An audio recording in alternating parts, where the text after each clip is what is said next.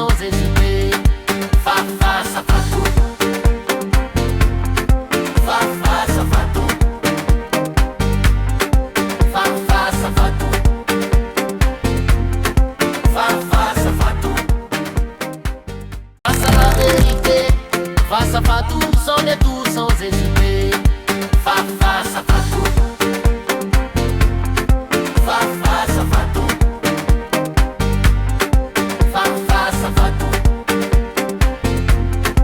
Fa face à Fatou. Face à la vérité. Face à Fatou, sans détour, sans hésiter. Fa face à Fatou. daleen ak jàmm ci Face à Fatou am na mbégte bu rëy dellusiwaat ak yéen ci jotaay bi di leen nuyu di leen ziar di leen ñaanal gàmmuk jàmm te di ñaan lépp lu ñu itam ñaan ci guddi gi sunu borom nangu ko di ndokkeel kilifa dina yëpp mais di ndokkeel itam jullit yëpp yi koy màggal ma am mbégte bu rëy itam tey dalal Mouhamadou Daaf bokk ci parti Kiraay di ci membre fondateur waaye jóge woon ci parti Fépp Tawfekh bi docteur Cheikh Dieng directeur général bu FERA jiite ñu koy nuyu moom itam parti boobu tey wéyal àndam ak président Bassirou Diomaye Diakhar Faye ñu nekk ci Kiraay kon ni ma ko waxee kenn ci ñoom la ñuy dalal di gërëm bu baax nag ñi ñuy teewloo ci SNGAL Info suñu followers yi ci bitim réew surtout mais également ñi ñuy toppee ci Sans Frontières TV sëñ bi Daaf ñu ngi lay nuyu di la dalal jàmm ci jotaay bi. soxna Fatou maa ngi lay fay di la gërëm ci invitation bi. di gërëm waa chaîne bi yëpp Sans Frontières. tur bi moom tur bu neex la. Sans Frontières. pour tout et pour tous. c'est ça. xaw na nuroo nag ak slogan keneen ki fi nekkoon ne. di nuyu itam le président du parti. bi waral sama teewaay fii tey Kiraay les patriotes républicains. son excellence Bassirou Diomaye Diakhar Faye par ailleurs président de la République du Sénégal. di nuyu docteur Cheikh Dieng. Directeur général de FERA comme ni nga ko waxee di ko ñaanal réussite dans cette nouvelle mission pour mériter la confiance du président de la République de Bassirou Diomaye Faye di ko tabb foofu ci FERA di nuyu waa Kiraay yëpp sans exception fàttewuma nag ñi jógee ci Fépp Tawfekh te di nuyu aussi ñi nga xamee ne tey jii ñun noonu lañ koy waxee Kiraay fépp ci Sénégal.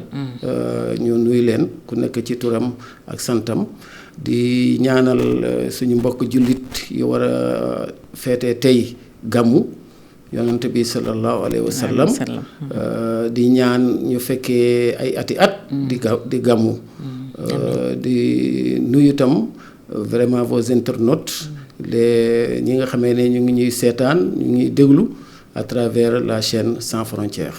jërëjëf Mouhamadou Daaf di nuyu itam ñu ñuy teewloo yépp ci SNGAL Info professeur Mouhamadou Daaf je précise nekkoon nga fi PCA bu ISRA nekkoon nga itam adjoint au maire de la ville de Guédiawaye alors conseil constitutionnel la ñuy tàmbalee ndax joxe na décision wam sànq décision bu soxal proposition de loi bi assemblée nationale bëggoon tëgg ngir encadrer les fonds spéciaux du chef de l'État muy décision boo xam ni bettul ñu bëri ndax am na ñu doon séentu certainement sax yéen conseil constitutionnel gàntal ko noonu la demee ndax dañu déclarer irrecevable cette proposition de loi lana ci seen lecture yow sa lecture ak peut-être sa réaction.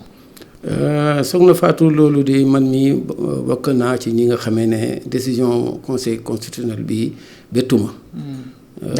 ndax dañuy jaabatle loi ak règlement parce que je pense que assemblée nationale am na droit def proposition de loi ci seen liggéey la bokk. seen liggéey aussi contrôler vraiment les actions du gouvernement loolu lépp ci seen. évaluer les politiques publiques. évaluer les politiques publiques loolu yëpp ci seen cër la bokk waaye nag dañu am un état de droit. nous avons une démocratie majeure parce que nag dafa am séparation des pouvoirs te loolu dafa am solo c'est-à-dire pouvoir bu nekk dafa am li la constitution jox comme mandat comme prérogative gouvernement bi exécutif bi dañu war a gouverner assemblée nationale législative dañu war a légiférer waaye ku ci nekk am na frontière boo xamee ne boo ko dépassé conseil constitutionnel dina la delloo ci gannaaw donc jàngat bi mu am ci décision conseil constitutionnel moo di que proposition de loi pour encadrer les fonds spéciaux dafa am ay dispositions yu nekk ci biir yoo xamee ne dañu dépasser les prérogatives vraiment de l'Assemblée nationale pour dugg ci prérogatives yoo xamee ne ce sont celles de l'exécutif loolu moo tax conseil constitutionnel lu am solo la ci vraiment suñu constitution parce que arbitre la bu fekkee ne am na xëccoo walla am na conflit entre l'exécutif et le parlement je pense que c'est le meilleur arbitre pour vraiment nekk ci diggante bi wax droit wax kan moo am dëgg kan moo amul dëgg bu ko defee ku nekk mën a xam ne fii la pouvoir am yem te séparation du pouvoir bi lu am solo la ci stabilité ci dëgëral institution yi parce que sinon rek day am conflit interminable entre les institutions surtout entre l'exécutif et le législatif donc nous disons bravo au conseil constitutionnel bi nga xamee ne mooy arbitre bi séparer vraiment quand il y a conflit entre l'exécutif et l'Assemblée nationale.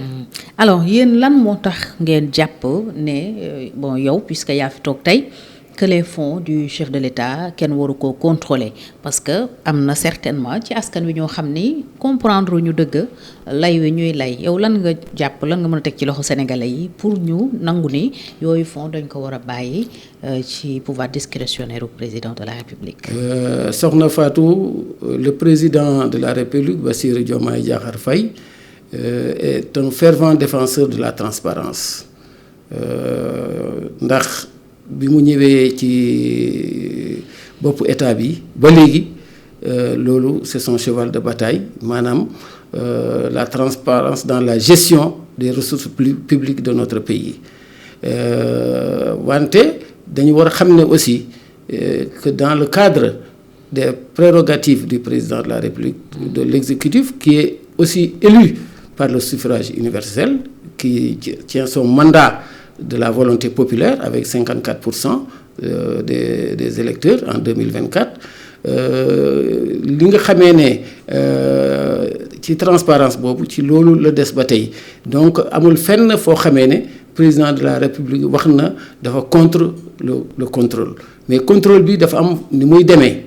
boo gisee proposition de loi bi assemblée déposée conseil constitutionnel rejeté ko c'est parce que dañu dugg ci domaine boo xamee ne du domaine assemblée nationale c'est du domaine du règlement c'est du domaine du règlement de l'exécutif donc transparence dafa war a ànd ak contrôle effectivement le pouvoir parlementaire ñoom ñoo yelloo contrôle waaye contrôle bi aussi c'est dans le cadre des prérogatives yi nga xam ne assemblée nationale am na ko mais warul dépasser ces prérogatives ba dugg ci domaine boo xamee ne c'est pas du domaine de l'assemblée nationale mais c'est du domaine de l'exécutif du domaine du président de la République donc transparence dafa war a ànd ak contrôle mais aussi transparence ak contrôle le troisième élément bi nga xamee ne mooy garantir la transparence d'un côté et le contrôle de l'autre c'est la séparation des pouvoirs c'est-à-dire pouvoir bu nekk mun a des dans son champ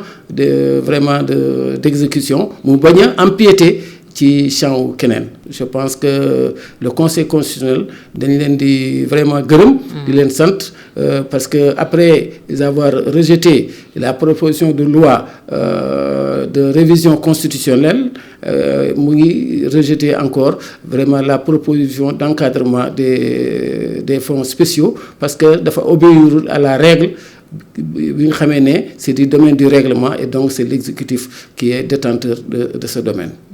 Mais ci programme Diomaye bi mu campagné en 2024 Pastef def na ci dëgg ne les fonds spéciaux dañ koy encadrer bu ñu yegsee au pouvoir te tey loolu mel na ni président wala le gouvernement s'y oppose pour ne pas dire l'exécutif lan mooy expliquer revirement boobu est-ce que dañu ñëw face aux réalités du pouvoir ñoo xam ne mënatul nekk wala waxeet la.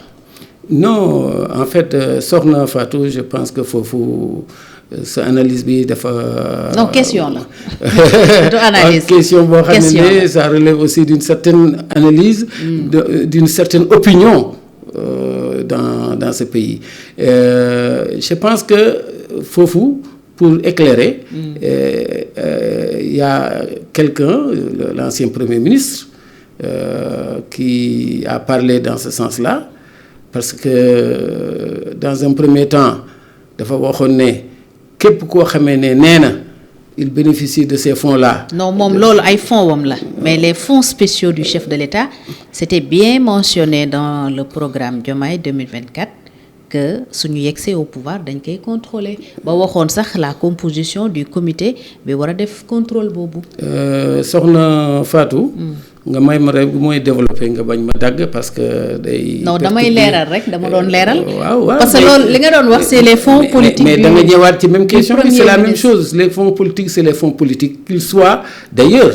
Actuellement c'est d'actualité parce que ces fonds spéciaux on veut il y a une loi qui vient d'être adoptée par l'Assemblée boo xam ne nekkutul seulement du côté du président de la République mais c'est du côté aussi du Premier ministre et du côté du président de l'Assemblée nationale. Ça c'est la déclaration de patrimoine. Oui mais la publicité. Ces fonds-là font partie de cela. Donc pour moi il y a eu même les premières assises que le président a tenues. Les assises de la justice. Les assises de la justice. Et dans ce domaine, toutes ces questions ont fait l'objet d'études. Donc ne nous pressons pas. Donc le président de la République, garant vraiment de la Constitution, clé de voûte des institutions, est très conscient de cette situation-là. Mais ce n'est pas une question qu'on va mettre dans la rue.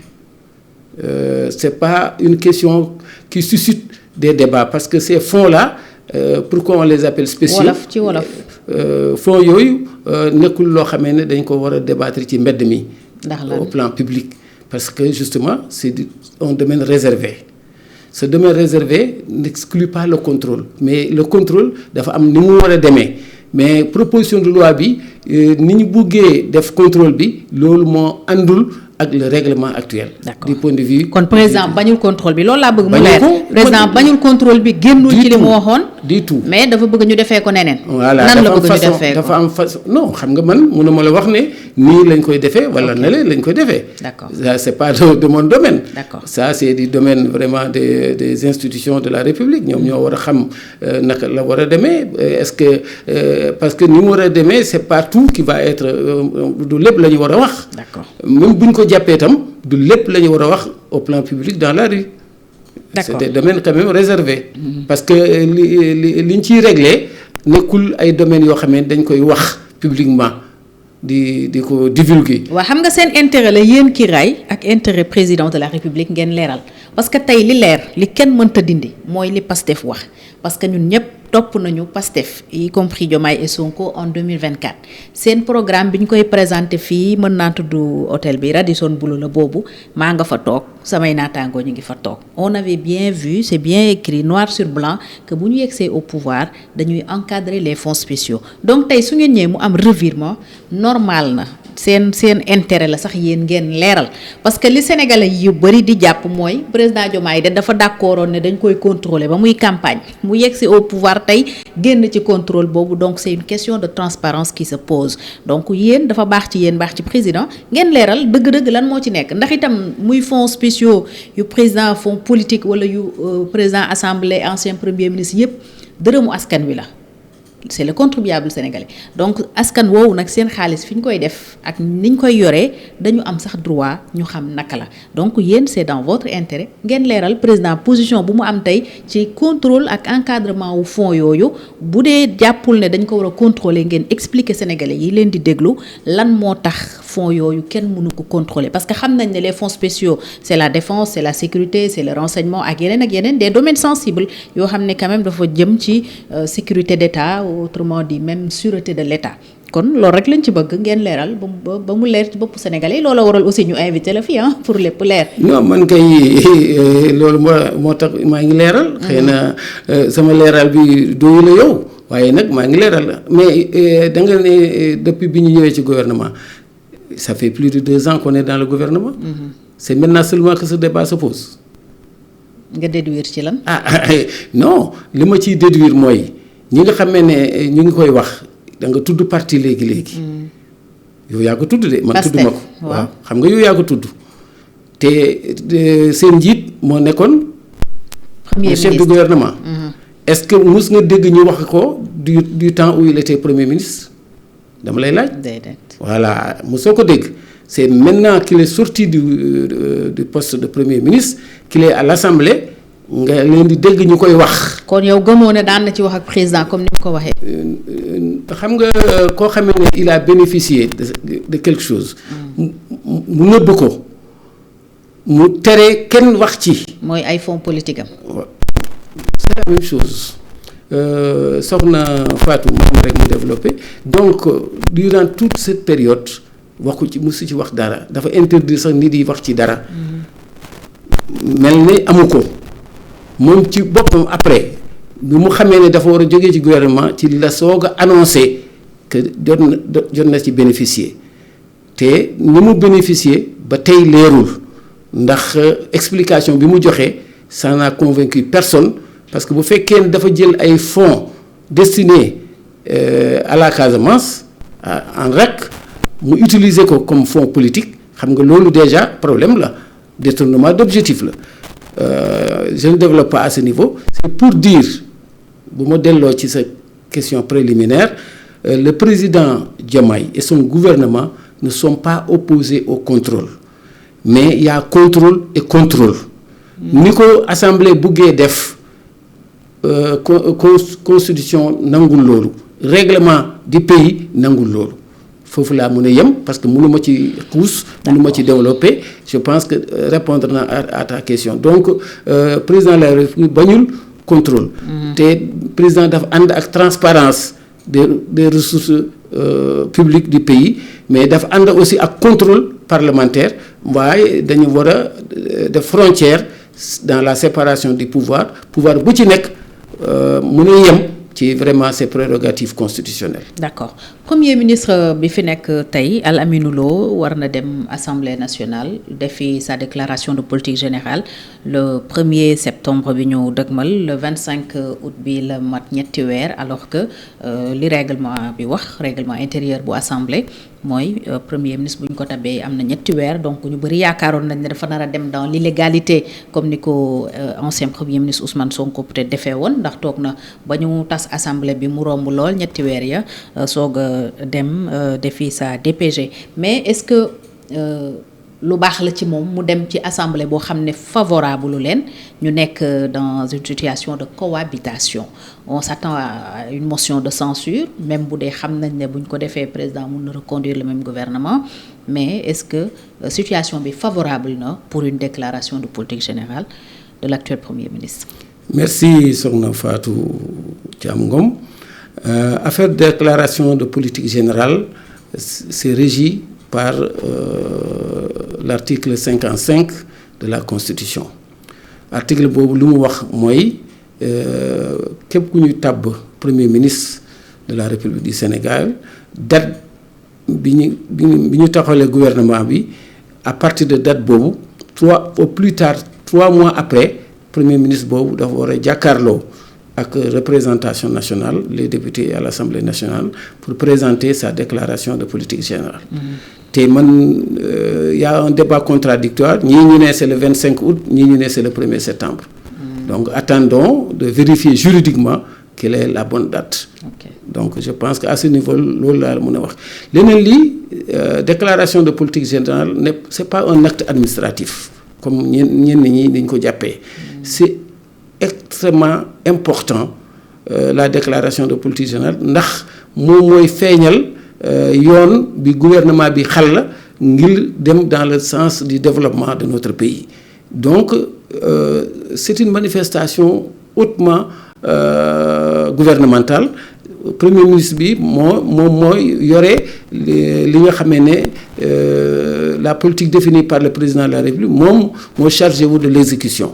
ni nga xamee noonu la fas yéene exécuter politique générale bi nga xamee ne Bassirou Diomaye Diakhar Faye moo ko définir loolu lay présenter c'est sous forme donc de programme gouvernemental.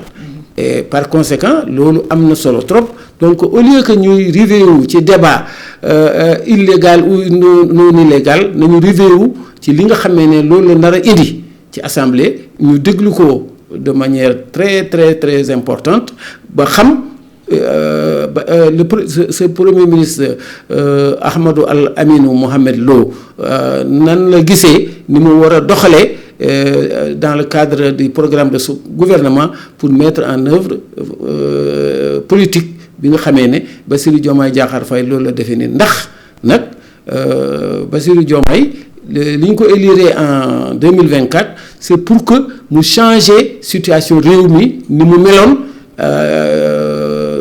ci ancien régime bi pour indi vraiment coppite ci wàllu nekkinu askan wi dem dans le sens li askan wi bëgg pouvoir d'achat bi emploi des jeunes et autres questions importantes. Donc je pense que nit yi suñu xel dafa war a jublu ci loolu plutôt que le débat politicien illégal ou c'est illégal ou ce n'est pas illégal. À mon avis c'est pas ça le vrai débat.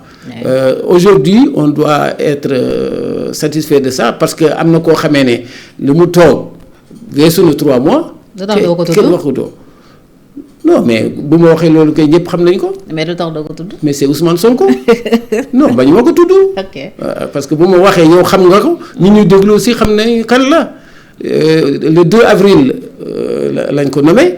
Le 27 décembre la présenté déclaration de politique générale donc ñooñu ils sont mal placés aujourd'hui pour dire que Al Amine Lo est dans l'illégalité.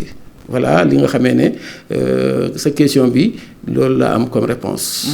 Alors contexte politique bi tam est-ce que favorable na ko pour mu dem def une déclaration de politique générale on s'attend à une hostilité de l'Assemblée nationale.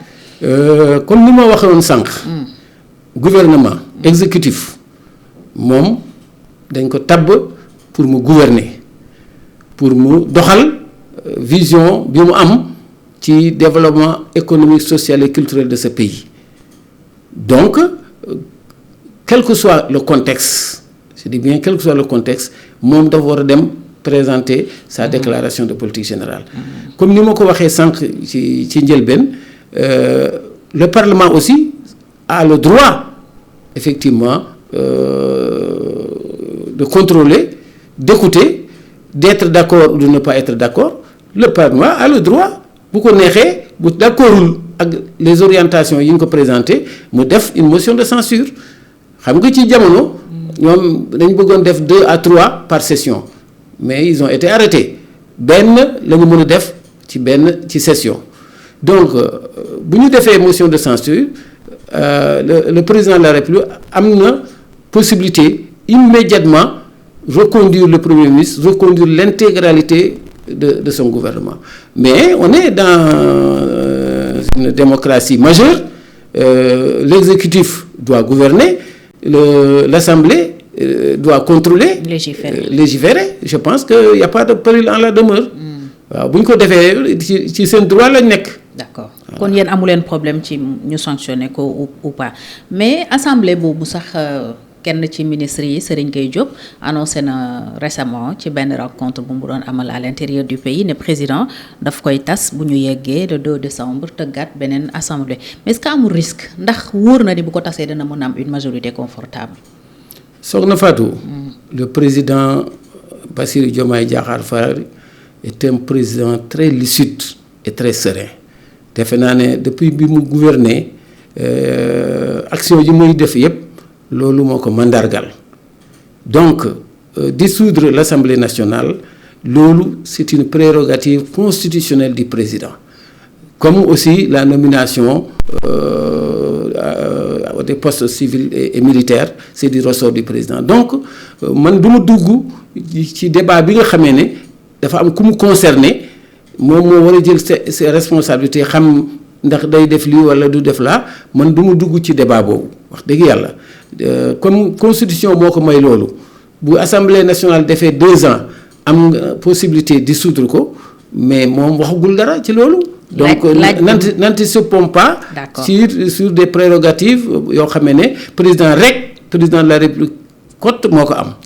discuter wuñu ci prérogative bi ñëpp xam nañ ne président mun na tas assemblée nationale loolu sañ-sañ la bu ko yoon may mais laaj bi dafa jëm ci politique ndax politiquement président mën na am majorité. autrement dit yéen ñii mu àndal tey ci kiiraay ndax yaakaar ngeen dëgg-dëgg ne bu ngeen ko wàccalee ci terrain bi campagne dana am majorité ndax campagne bi leen may majorité bi tey à l'Assemblée nationale da ngeen ko àndoon ak ñeneen. mais est-ce que yéen yaakaar ngeen ko la réponse est oui. D'accord. parce que création kiiraay defe naa ne suivre nga ko journaliste nga y a eu beaucoup de journalistes yoo àddu nañ ci keroog le 25 juillet à King Fahd enthousiasme bi am durant ngénte parti boobu parce que ci la ñu génnee. ngeen da ngeen doon tudd rek. ci la ñu génnee turu parti bi. mais ce qui est le plus important c'est l'enthousiasme bi nga xamee ne moo ko topp parce que yow ci sa bopp xam nga ne des pans entiers dans beaucoup de zones beaucoup de communes des maires des responsables ci gox-goxaan yi ñoom ñëpp ñu ngi frapper à la porte de kiiraay et loolu moo tax ñun au niveau de FEP Tawfekh ñu créer le concept de kiiraay fépp ci Sénégal maanaam mu nekk un slogan de ralliement massif de toutes les composantes de notre société li nga xamee ne loolu la ñu gis muy dox loolu moo ñu jox confiance que aux prochaines élections territoriales c'est-à-dire communales et départementales comme aux prochaines élections législatives quelle que soit la date je dis bien quelle que soit la date ñun pare nañu pour gagner haut la main ces différentes élections loolu moom on est optimiste et optimisme boobu nag du wax rek parce que dañu nekk di ko liggéey nous sommes sur le terrain ñun ñuy jógee FEP Tawfekh ak ñuy jógee ci yenn parti yi ak yeneen mouvement yeneen organisation professionnelle ñun ñëpp ñu ngi tendre la main dans la main pour que kiiraay mun a law fépp ci Sénégal et dans la diaspora. Et nos responsables sont sur le terrain ils sont en train de récolter vraiment des résultats probants. d'accord dinañu ñëwaat ci seen compagnonnage ak kiiraay yéen waa FEP Tawfekh kiiraay fépp googu nga wax itam dinañu ci dellusiwaat mais est-ce que sénégalais yi tam yaakaar nga ni tegagum ngeen seen loxo lu tax ñu war leen a jox majorité ndax monsieur Daaf duma la ko yëgal ñaari at yi moom xam nga ne saf na sàpp ci sénégalais yi xaw ma ndax yow yëg nga koom deet waaye sénégalais yu bëri yëg nañu ay jafe-jafe yu yokku ci ñaari at yi mel ni réew mi dafa taxaw sax nag melu ne dafa taxaw mais réew mi dafa taxaw économiquement parlant nous sommes dans une crise très très très difficile à supporter pour les populations dans leur majorité est-ce que tam sénégalais yooyu ragaloo ñu xëy na décourager ba sanctionner. soxna Fatou xam nga ñun nag dañu nekk ay militants objectifs yoo xamee ne duñu gis dëgg ñu bañ ko wax li nga wax ne ci ay jafe-jafe lañ nekk dama koy dëggal mais jafe-jafe yooyu dafa am explication parce que aussi le président Bassirou Diomaye Faye dafa hérité situation bu difficile au plan économique et financier loolu ñëpp xam nañ ko jarul ma ci développer davantage donc ñaari at yi passé effectivement nekk na at yu métti ci askanu Sénégal wante président Bassirou Diomaye nekk na koo xamee ne dafa fas yéene renverser tendance boobu dans la mesure où actuellement au moment où nous parlons d'ailleurs une délégation du FMI mu ngi Sénégal jusqu'au 1er septembre te am nañu yaakaar ne cette fois-ci ça va être la bonne parce que am nañu yaakaar ne dinañu trouver programme indice bi mooy le fait que la Banque mondiale joxe 340 milliards au Sénégal et que FMI aussi wax ne le gouvernement de Diomaye est en train de faire des efforts ñoom ci seen bopp du sama kaddu seen kaddu la loolu yëpp nekk na ay indication yu wone que le président est décidé à renverser cette tendance parce que xam na ne nit yi dañ ko votel pour mu mun a indi vraiment safara ci seen situation économique ci seen pouvoir d'achat loolu daf may permettre aussi ma xam naa ne nar nga ñëw ci question boobu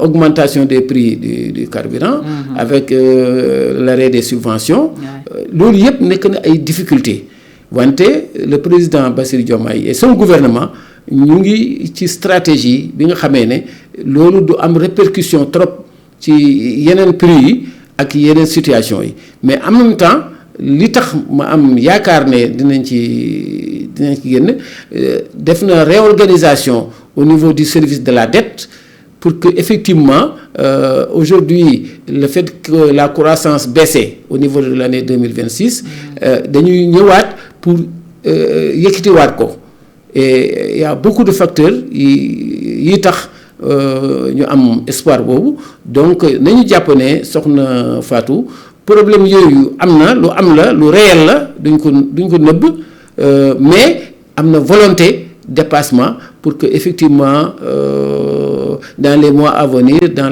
l'année suivante que situation bi vraiment nekk au vert. mais le pouvoir d'achat continue de s'affaiblir njëkk yi bu weesoo même carburant boobu nga wax njëkk yu bari boo demee ci marché yi yokku na njëgu ndawal yokku na jën moom mënatoo ko sax gis ba di ko jënd yeneen ak yeneen mi ngi yokk mel ni aussi peut-être ñi ko war a toppatoo dañ koo yëgul wala dañ cee mënul dara Sénégal lépp a yokk ba mu des salaire yi loolu itam lan moo ci seen solution ndax lu Sénégalais di dund la au quotidien.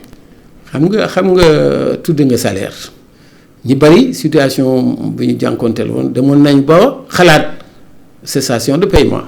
maanaam ñu toog ba nga xamee ne duñu mën a fay salaire yi. dans le privé moom am na ñu bari yoo xamee ne xalaatoon nañ ko parce que loolu lu bari la ci yenn réew yi africains yi.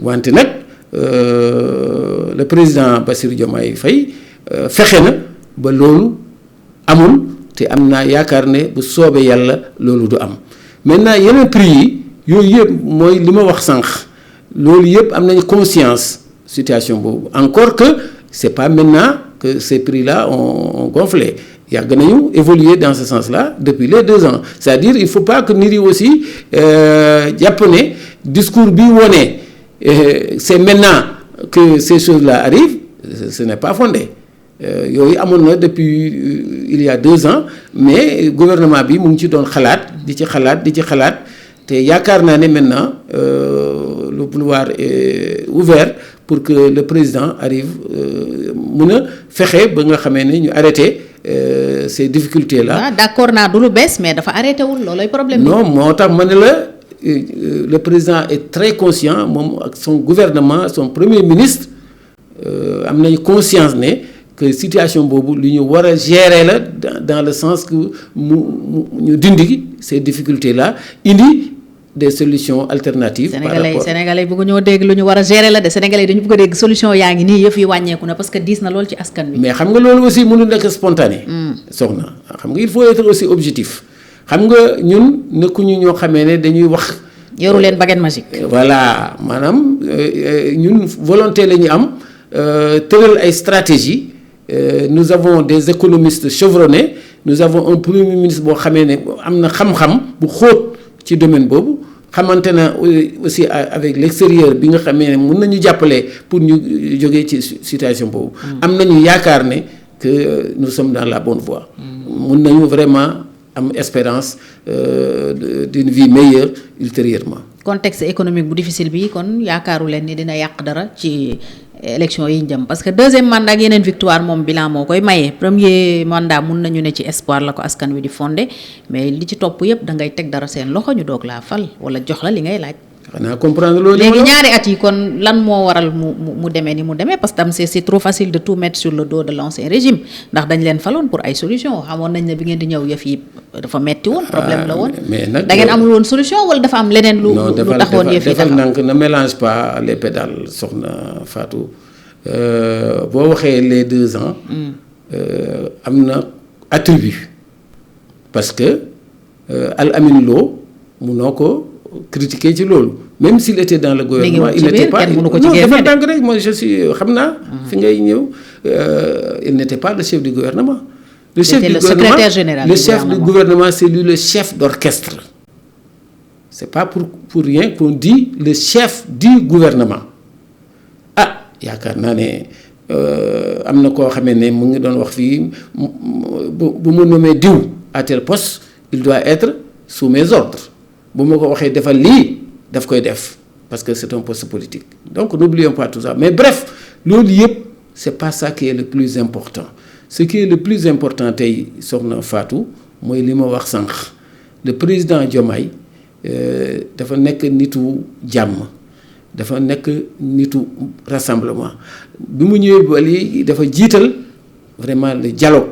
national def na les assises sur la justice woote na toutes les composantes de notre société dialogue national donc li mu bëgg mooy réew mi nekk ci jàmm ñu mën a tabax comme bi nga xam ne askan wi yëpp daf ci gis boppam parce que en réalité loolu moo nekk objectif am c'est pourquoi le programme de transformation nationale Vision 2050 basé sur un Sénégal souverain juste et prospère ci loolu ci programme boobu la nekk ba tey musu ci jógee mu ngi seet maintenant les remèdes pour effectivement génn ci situation difficile bi ñu nekk pour ñëw comme je t'ai dit pour que on soit au vert et c'est possible. Je pense que am na volonté politique bi am na possibilité au plan des ressources humaines qui sont dans le gouvernement am na aussi vision stratégie bi tax ñu mën a egg ci espérance boobu. kon 2 ans yi blocage bi da ngeen jàpp ne c'est imputable à l'ancien premier ministre. soxna yow daal xawma lu tax nga bëgg toujours xam nga man dama bëgg rek ñu dem jusqu'au bout les journalistes moom non je veux qu'on aille jusqu'au bout c'est toujours la petite bête mais on cherche pas la petite bête on veut juste qu'on aille jusqu'au bout non mais li ma la ci wax kay lu leer la mais kooku tam kenn mënu ko imputer yëpp tout comme Macky Sall c'était quoi le problème c'était un problème de vision c'était un problème d'orientation lan moo taxoon yëf yi bloqué ba ñaari at yi méttee ni mu méttee ci sénégalais yi ak lu tax ñu war a yaakaar ne li ci kanam day neex. xam nga bu fekkee ne déglu nga bu baax li ma la wax. tey jii waxaatal la répétition est pédagogique jàngalekat nga woon. tout à fait absolument je suis d'accord avec toi. soxna Fatou. mais pour man le débat entre les personnes. doit être dépassé. dañu war a wax. dans le cadre des institutions, dans le cadre du programme, dans le cadre des perspectives, dans le cadre des résultats. C'est pas un problème, un débat de personne, c'est une question de responsabilité. Non, mais wax na responsabilité bi. de ñëpp ku nekk war nañu situer sa responsabilité. non xam nga ci lan moo xew mais loolu ki nga xamee ne moo nekkoon chef d'orchestre moo war a def loolu mais du man du Mouhamadou Daf moo la war a defal loolu. ki nga xamee ne yow en tant que acteur en tant que. mais absolument ku ànd ak président am nga ci sa gis-gis parce que man tey sa gis-gis laa soxla yow mi ma invité. mais gis-gis bi kay je l'ai décliné clairement nee naa la nangu naa ne président Diomaye bi mu ñëwee dafa hérité d'une situation difficile. au plan économique et social. jéem na gérer situation boobu moo taxoon mu maintenir les subventions. pour ne pas trop faire souffrir les populations parce que xamoon na ne bu ko dindee la conséquence c'est l'augmentation des prix surtout des produits pétroliers malgré tout def na ko il était obligé de le faire mais tey jii mu trouver mu ngi xalaat renverser la tendance pour revenir à une embellie boo xamee ne day tax koom bi ñu mun ko yëkkati te nee naa la jox naa la misaal comme quoi l'espoir est permis parce que si la Banque mondiale dugal na 340 milliards ça veut dire que climat de confiance bi mu ngi ñëwaat bailleurs yi ñu ngi gën a wóolu Sénégal et par conséquent les investisseurs vont venir xam nga voyage yi président def en Allemagne et autres ubbi na ay bunt yuy tax investisseurs yoo xamee ne dañu ragaloon ñëw Sénégal tey jii am nañu confiance pour ñëw mën a investir dans l'économie au grand bénéfice du peuple sénégalais. D'accord. Donc loolu laa la bëgg a wax. kon sénégalais mun nañu am yaakaar crise bi ñuy dund. depuis 2 ans absolument li ci sunu kanam. et nous on fera de tout notre possible pour y arriver. Incha allah ndax loolu mooy le sens du mandat. Du président Diomaye jusqu'en 2029. D'accord investisseurs yooyu nga tudd tam bokk na ci liy tax ñu wóolu am réew ba di fa dem di investir mooy stabilité te ku nekk xam na ni tam Sénégal mi ngi ci incertitude boo xam ni li ko waral mooy climat politique bu tendu entre c'était avant le premier ministre et le président tey c'est le président et le président de l'Assemblée nationale muy Ousmane Sonko ñu nekk ci peut-être ay guddi yu bët setagul ndax bés bu jot ñu ngi ragal fitna yeewu ci réew mi est-ce que loolu favorable na ci ay investisseurs ñëw ak itam pour yow président nan la war a def ba contenir cette situation ba fexe réew mi du tàbbi ci fitna bi ñuy ragal. Je crois que soxna Fatou fitna boobu ngay wax. Président de la République par ailleurs président du parti Kiraay le 25 juillet au King Fahd Palace. Je crois que. yow ci sa bopp yow yaa war a joxe citation boobu. saa fi na dootu fi naanee ñi. yaa ko wax de man waxuma ko xam nga yow yaa ko wax. Donc le président de la République a pris toutes les dispositions. dispositions yi mooy lan mën nañ koo xam. non disposition moom mooy il va assumer ses responsabilités en tant que président de la République. assumer ses responsabilités mooy lan. de la constitution garant de la constitution clé de voûte. Ça veut dire que aujourd'hui on va dépasser clivage entre personnes pour doxal réew mi sur la base effectivement du respect de la constitution. Je crois que sans que débat bi ñu doon def ci décision conseil constitutionnel bi nga xamee ne dafa ne la proposition de loi voulant encadrer les fonds spéciaux est irrecevable kooku jox na la indication que on va li ñu jiital tey mooy fexe ba réew mi dal ndax nag dal boobu mooy tax investisseurs yu commencé am confiance ci Sénégal mun a indi seen investissement duggal ko ci réew mi pour que difficulté yi ñu jànkonteel tey nekk suñu gannaaw moo tax nag le président de la République va assumer toutes ses responsabilités pour créer conditions yooyu de paix pour que effectivement fitna boobu nga xalaat dootul am ci Sénégal nit yi mun a vaquer à leurs besoins tranquillement nit yi mun a dem seen liggéey fekk amul dara lu leen di perturber réew mi am sécurité ba nga xamee ne gouvernement bi mun a exécuter son programme assemblée mun a légiférer justice mun a effectivement doxal son propre pouvoir donc ñun loolu lañu gëm te li président bi wax loolu la ñu des loolu la ñu gëm parce que xam nañu Bassirou Diomaye Faye lépp lu mu waxoon def mu ngi koy def on a confiance totale loolu moo tax ñun fépp Tawfekh ñu décider nekk à ses côtés accompagner ko soutenir ko de manière vraiment active dugal suñuy personnel de cadre suñuy responsable suñuy militants les jeunes les femmes ñëpp soobu ci vraiment accompagnement président de la République pour que mu mun a réussir son mandat. C'est ça en réalité lu tax fépp Tawfekh décidé ànd ak le président de la République. La transition est trouvée pour wax ci compagnonnage boobu ànd bi yàgg na depuis que Pastef mi ngi nekk Pastef ci ngeen àndoon tey quand il y a eu peut-être cette séparation là seen choix lan moo ko guidé ndax am na ñoo xam ne dañu préféré dem ànd ak Ousmane Sonko am na ñu préféré des ak Bassirou Diomaye Faye yéen ci ñooñu ngeen bokk ci lan ngeen teg boobu décision. Soxna Fatou. ànd docteur Cheikh Dieng ak parti am fépp Tawfekh ak président Diomaye du léegi. ànd bu yàgg la depuis Yewwi Askan Wi.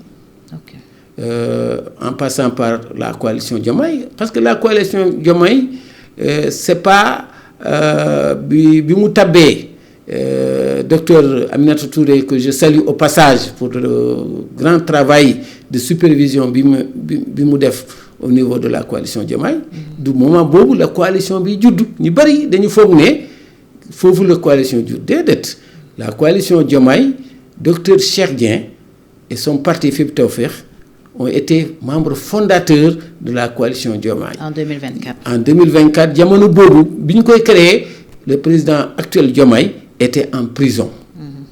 bi mu génnee la fekk coalition Diomaye docteur Cheikh Dieng fait partie non seulement des fondateurs mais des principaux cotisants keroog sax dernière conférence de presse docteur Aminata Touré cité na ko moom Cheikh Dieng mu ne li may wax nii mun Cheikh Dieng mi toog sama wet. mooy bi muy wax ci appel téléphonique ak Ousmane Sonko en prison. Mais au-delà de l'appel téléphonique c'est la gestion de la coalition jamono boobu la bëggoon wax. Donc docteur Cheikh Dieng ak parti Fip Tawfekh dañoo nekk membre fondateur de la coalition Diomaye en 2024 depuis bi bokkee ci loolu parti Fip Tawfekh musul jógee ci ligne boobu parce que li mandargal docteur Cheikh Dieng et le parti Fip Tawfekh c'est la cohérence politique c'est-à-dire choix boobu ànd ak président Diomaye depuis boobu la maintenant bi amee difficulté entre Aïda Mbodj ak Aminata Touré ba président Diomaye décidé dindi Aïda Mbodj tabb Aminata Touré pour superviseur général toujours dans la continuité de cette cohérence politique de cette ligne politique docteur Cheikh Dieng président de Fip Tawfekh et son parti dañu décider des ci coalition boobu mais li gën a mandargal cohérence boobu soxna Fatou dinaa la ko wax. parce que bi ñu limogé docteur Cheikh Dieng à la direction de ONAS ñi bëri dañu jàppoon ne docteur Cheikh Dieng et son parti dañuy génn coalition Diomaye. waaw ñu bëri ñu ngi doon laaj sax lu tax génnul. voilà lu mu fay def. tey nag laa lay révéler lu tax génnuñu. parce que en réalité diggante docteur Cheikh Dieng Fip Tawfekh et la coalition Diomaye président c'est pas une affaire de poste dans l'État. nekk ministre wala nekk DG wala nekk PCA et autres lii ko mandargal c'est une alliance stratégique jamono boobu dañu waxtaan entre responsables pour trouver des convergences programmatiques dans le cadre d'un nouveau Sénégal souverain juste et prospère loolu moo lié depuis boobu ba tey Fip Tawfekh et son président docteur Cheikh Dieng avec le président Bassirou Diomaye Faye c'est pourquoi effectivement ñun ni ñu nekkee membre fondateur de la coalition Diomaye noonu lañ nekkee membre fondateur du parti Kiraay c'est la continuité politique logique. kon il n'a jamais été question de choix entre Sonko et Diomaye. Non jamais. D'accord. Jamais c'est-à-dire xam nga Fip Tawfekh nag. li ko mandargal à travers même opinion bi li ñu ràññee. Docteur Cheikh Dieng comme homme crédible comme homme politique conséquent. loolu moo feeñ ci trajectoire Fip Tawfekh ba mu nekk membre fondateur de Kiraay nous Fip Tawfekh on considère que nous sommes Kiraay parce que en réalité suñu posture dans la coalition Diomaye depuis sa fondation jusqu'au moment où Kiraay est né ça a été toujours une position cohérente, une position boo xam ne ça ne souffre d'aucune ambiguïté à côté du président Diomaye, parce que ñun on s'est investi corps et âme avec nos moyens humains, nos moyens financiers, nos moyens logistiques pour être des compagnons loyaux du président Bassirou Diomaye Faye. Et tey jii lañ ci gën a wéy. Et c'est pas le poste de DG de FERA qui a amené ça, mais c'est une position politique qui remonte à Yewwi Askan Wi en passant par la coalition Diomaye président en 2024. C'est clair. Alors yéen ci ñan ngeen bokk ñi continuer nekk ay alliés wala da ngeen seeyal seen parti maanaam da ngeen def fusion wala ci ban format ngeen nekkee ci Kiraay. Nous ne sommes pas des alliés, nous sommes Kiraay. D'accord. Kon da ngeen ça veut dire que voilà parce que suñu bureau politique moo décidé assurer cette continuité là. Amul transition, c'est une continuité. D'accord. C'est pourquoi nous on dit même pas qu'on a créé Kiraay, nous sommes Kiraay parce que nous sommes au cœur du processus bi nga xamee ne moo généré aujourd'hui le parti qu'on appelle Kiraay. Par conséquent si boo gisee ñu créer le concept Kiraay fépp ci Sénégal et dans la diaspora, c'est parce que dañu fas yéene jël l'ensemble de nos appareils communaux, départementaux pour les intégrer dans Kiraay fépp ci Sénégal pour apporter notre contribution ci accompagnement bi ñu war a def au président de la République dans la gestion de son pouvoir pour mën a doxal son programme gouvernemental, apporter notre contribution en tant que cadre dans les différentes sphères où dañ ci am compétence, fexe aussi au niveau des communes, au niveau des départements, dans la diaspora, sur les militants de Fepp Tawfekh mun a duggante avec les autres qui viennent des autres partis pour constituer un creuset boo xamee ne slogan boobu day am réalité organisationnelle, am réalité du point de vue mobilisation, am réalité du point de vue préparation des élections territoriales à venir pour que effectivement Kiraay mun a gagner. Et dans ce cadre je dois vous dire xëy na sax yëgoon nga ko, dans le cadre de la coalition Diomaye président au niveau du département de Pikine dañu tabboon docteur Cheikh Dieng pour mu nekk le candidat de la coalition au niveau de la ville de Pikine. Xam nga ville de Pikine boobu dañu bëgg rek mu jëlaat li mu moomoon parce que en 2022 c'est lui qui avait gagné cette ville-là. Voilà le président Macky Sall à l'époque fokkati ko ci loxam jox ko son oncle Abdoulaye Thimo. Il est question maintenant de reprendre cela et nous sommes en train de nous organiser dans le cadre de Kiraay. Prochainement d'ailleurs docteur Cheikh Dieng dina ubbi benn siège de Kiraay dans le département de Pikine mu nekk un organisateur collectif. Am na c'est des gens favorables à sa candidature yoo xam ne constitué nañu déjà ñoom ci seen bopp ñoo taxawal benn groupe WhatsApp qu'ils ont appelé ville de Pikine massification pour mën a accompagner cette candidature afin que effectivement en 2027 docteur Cheikh Dieng devienne le maire de la ville de Pikine pour que enfin les Pikinois mën a gis koo xamee ne day toppatoo seen nekkin ñu bañ a nekk considérés comme des banlieusards, comme des gens pauvres et autres, mais dinañu gis li mu def au niveau de la mairie de Djeddah Thiaroye Kao où il était maire de 2014 en 2022, dinañ gis plus que cela au niveau donc de la ville de Pikine. Voilà donc Sokhna Fatou les raisons pour lesquelles aujourd'hui nous disons que nous sommes Kiraay. Yéen Kiraay donc vous êtes dans la continuité. Jërëjëf Mouhamadou Daff su dul am na loo ci bëgg a yokk professeur yaakaar naa ne def nañu le tour des points qui étaient prévus ci waxtaan bi. merci Sokhna c'est un plaisir aussi partagé. toog ak yow ndax wax dëgg yàlla journaliste bu mun a sonal ci ay questions. damay bëgg mu leer xam nga ñun sénégalais yi lañ fi toogal. voilà sénégalais yooyu suñ jàkkaarloo woon ak yéen. dañuy xalaat rek liñ leen di laaj ñun ñu laajal leen ko. ndax ñun ay relais lañu rek. tout à fait voilà, je suis entièrement d'accord avec cette démarche. mais ce n'est aucunement dans un but de. non je comprends jërëjëf non c'est un plaisir. le débat ni mu déroulé vraiment maa ngi lay gërëm di la sant. di gërëm di sant la chaîne Sans Frontières. di nuyuwaat aussi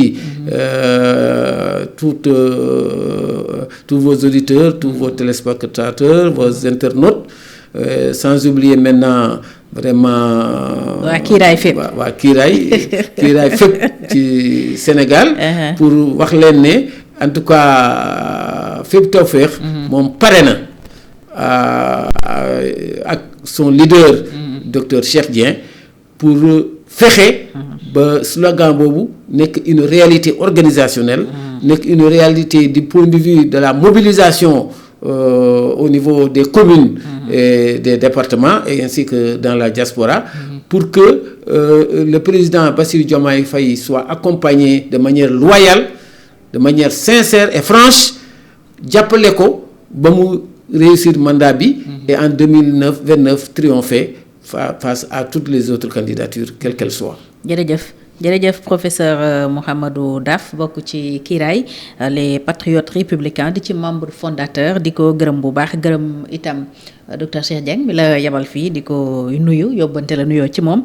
gërëm ñëpp ñu doon teewlu ci SNGAL Info ak itam ci Sans Frontières TV di leen dig daje fii ak alxamis incha allah ci beneen jotaayu faf gërëm maas mi newoon ci régie bi jërë ngeen jëf bon gàmm.